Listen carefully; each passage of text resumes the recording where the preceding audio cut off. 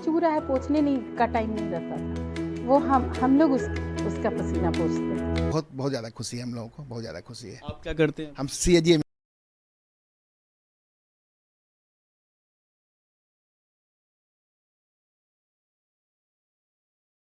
UPSC परिणाम 2023 live.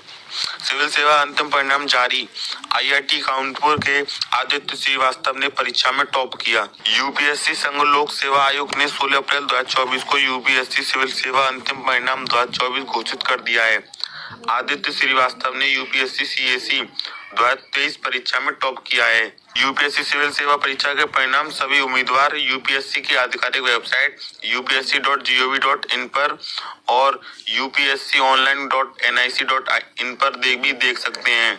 इस वर्ष भारतीय प्रशासनिक सेवा, भारतीय विदेश सेवा, भारतीय पुलिस सेवा और केंद्रीय सेवाओं समूह ए और समूह बी में नियुक्ति के लिए 16 उम्मीदवारों की सिफारिश की गई थी।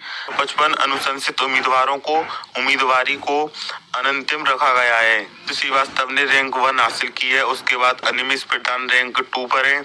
डोंडो अनन्या रेड्डी ने रैंक 3 हासिल की है। पी के सिद्धार्थ रामकुमार चौथे स्थान पर है। रूहानी रैंक 5 पर है। चलिए अब आपको आदित्य श्रीवास्तव की कहानी के बारे में बताते हैं। लखनऊ के मूल निवासी आदित्य श्रीवास्तव, जिन्होंने आईआईटी कानपुर से इलेक्ट्रिकल इंजीनियरिंग में अपनी दोहरी डिग्री पूरी की, यूपीएससी 2023 में AIR 1 हासिल किया। उनकी कहानी वित्तीय लक्ष्यों से सार्वजनिक सेवा के जुनून में बदलाव को दर्शाती है, जो उन्हें एक रोल मॉडल बनाती है। आदित्य श्रीवास्तव लखनऊ के रहने वाले हैं और उन्होंने अपनी स्कूली शिक्षा CMS अलीगंज शाखा में 95% अंकों के साथ पूरी की और वर्तमान में वह राष्ट्रीय पुलिस अकादमी हैदराबाद में IPS प्रशिक्षण ले रहे हैं। आईआईटी कानपुर से यूपीएससी AIR 1 हासिल करने तक आदित्य श्रीवास्तव की यात्रा कई महत्वाकांक्षी सिविल सेवकों के लिए प्रेरणा है।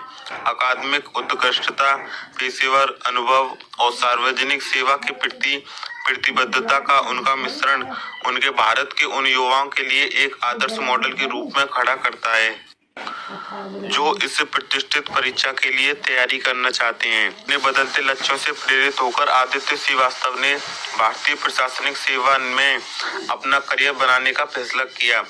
यूट्यूब पर मॉक इंटरव्यू में उन्होंने अपनी यात्रा से जुड़ी सारी जानकारियां साझी की।